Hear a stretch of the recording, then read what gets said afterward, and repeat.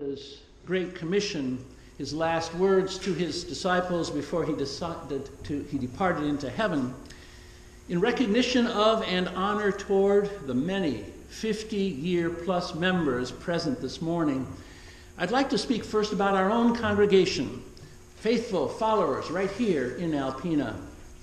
We have present with us this morning 20 men and women who've been members of this congregation for the past 50 years or more. They're noted with boutonnieres and with some floral wrist corsages.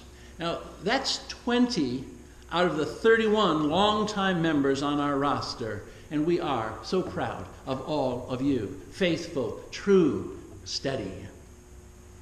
Let's think back 50 years ago, or a bit more for some of you. In the 1950s and the 1960s, there was a post-war baby boom going on, and new families were coming to Alpena for employment back in the 50s. Under the guidance of Jesse and Anna Besser's building committee, which included Carl Henry, Fred Trelfa, Jay Bingham, and Reverend Barksdale, ground was broken on April 12th of 1951 for a new masonry and concrete block church building, this very one, to stand on the same site as the two previous church buildings, one of which had been built of wood and one of brick. The concrete cornerstone that greets you by the church's main entrance was laid on November 8th of 1953. And this brand new beautiful sanctuary was dedicated on April 17th of 1955. We just passed its 63rd anniversary. Thank you, Jesse and Anna Besser. Thank you, congregation of that day. Now let me ask here, raise your hand, who among you was ever in that old brick church that used to be right here? Raise your hands. 1, 2, 3, 4, 5, 6, 7, 8, 9.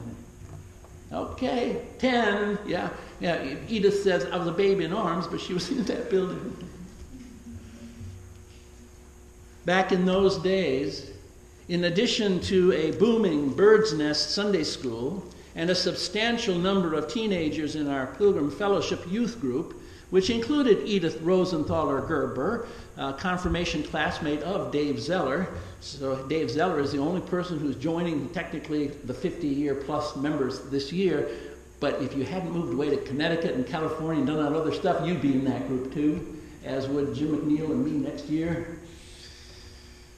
Our church women's fellowship, Dolly Zeller tells me, 50 years ago, consisted of about 100 women, and they were divided into 10 circles, different circles that would meet for study or for fellowship. One of them, the needlecraft group, is still going. And when they met several times a year for a meal all together, they would average probably 61 women in attendance. I say, wow. You may also recall that the 1950s and early 60s were the heyday of mainline Protestant church-going everywhere in America. Our kind of church used to be called, in railroad terminology, the main line of American Christianity. While the evangelicals and the Pentecostals, they were considered sidelines. Non-denominational was not yet invented. Denomination simply told people what kind of church you were. It's helpful information. It was never a pejorative word until recently. As you know, those roles have been reversed over the past few decades. Classic church sanctuaries like ours are less attractive to today's young families than movie theater type auditoriums with projected lyrics on screens and a praise band that leads the singing instead of a church organ and a robed choir. And thank you, Kat. And thank you, choir. All those great anthems this year, so many of them even just today. In the 1950s and the 1960s, people who moved to Alpena, like those who were moving into any new area, always wanted to find a church in order to become more actively integrated into the community and a chance to raise their family with Christian values. Well, those were the days, my friend. We thought they'd never end. but they did. Let's face it, the desire to find a church is not high on today's social agenda. Alpena cannot rely for its growth on new families moving into town anymore. At best, the demographics show adult children or even grandchildren of Alpena's original homebuyers are coming back now as early retirees, as they inherit the houses that they grew up in. And even so, even then, we cannot expect these new residents are going to automatically be looking for a downtown mainline church like ours. On a Sunday when we recognize church members who have been here for 50 years and more, it's nice to see some new folks too. I mean, Bill and Wendy Lewis right up front here all the time, for example, or Kristen Sobek and Jason Barbeau and their kids who are usually here, have been for better part of 2 years. Annie and Tim Schultz and their kids, Craig and Lori Walk when they're up here from Utica, Gary and Sandy Jarmaszewski, who've been here faithfully and frequently this whole year. And I thank you, all of you. Kathy and Craig Froggatt, Connie Worth, Mary Ann Colby, Laura Green, Donna Bautel, Loretta Reynolds. Those are all frequent visitors. These are newer people that are in our midst. And welcome. I hope you all feel at home here. See, our roots are deep here at First Congregational, as those 24 longtime members present attest. But new branches are necessary if we're going to hope to bear new fruit. Those 24 longtime members are here faithfully, truly, supportive, not a question about that. But the future is not in their hands. It's in ours in a different way. If we hope to bear new fruit for today and into the future, people like Shelby Sexton, she's going to Dartmouth at the end of August. We're going to need a new child care worker. The Michigan historical marker that is right out here on our front lawn points out that we, First Congregational, used to be the only game in town. First Congregational is Alpena's first church, and we're still here 155 years later. But it wasn't long before the Episcopalians built Trinity Church right across the street, and the Irish Catholics built St. Bernard's just up the street. And as the population grew in those early lumbering days, Methodists and Lutherans each spun off churches of their own. Did you know that the First Baptist Church used to be located right behind ours, where the city parking lot is now? And that little brick church that is soon, very soon, going to be Petrie's Fine Food Restaurant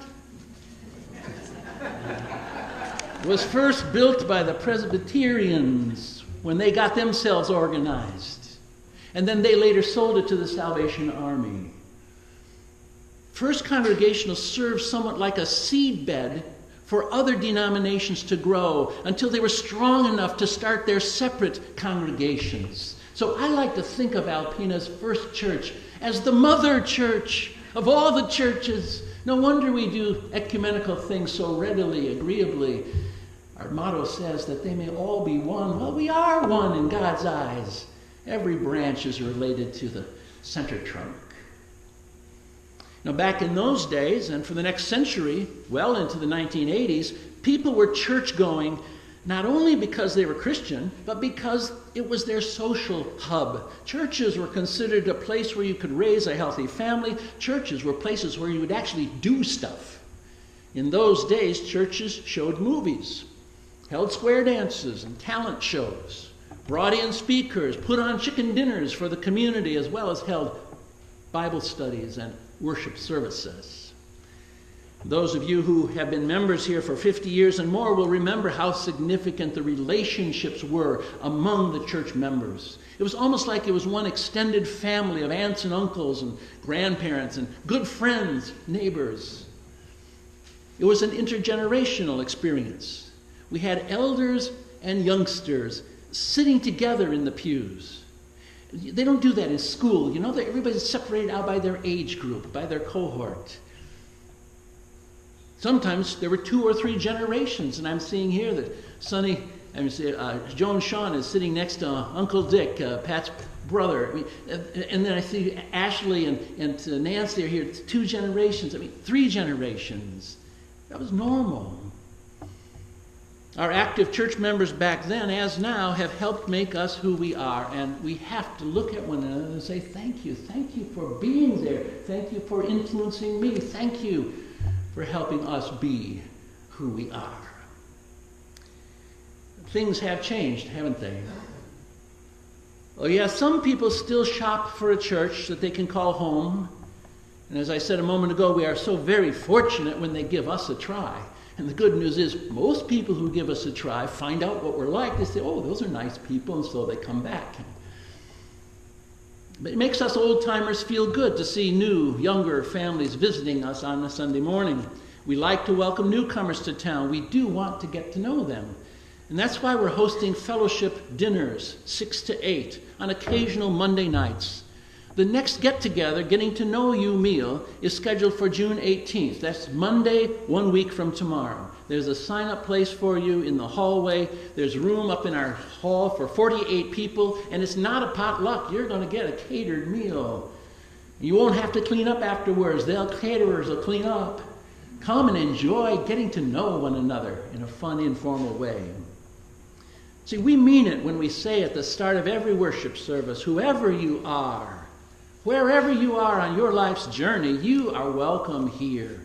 And we gladly put out that extravagant welcome mat. But those days of coming to church as a regular habit are fading fast.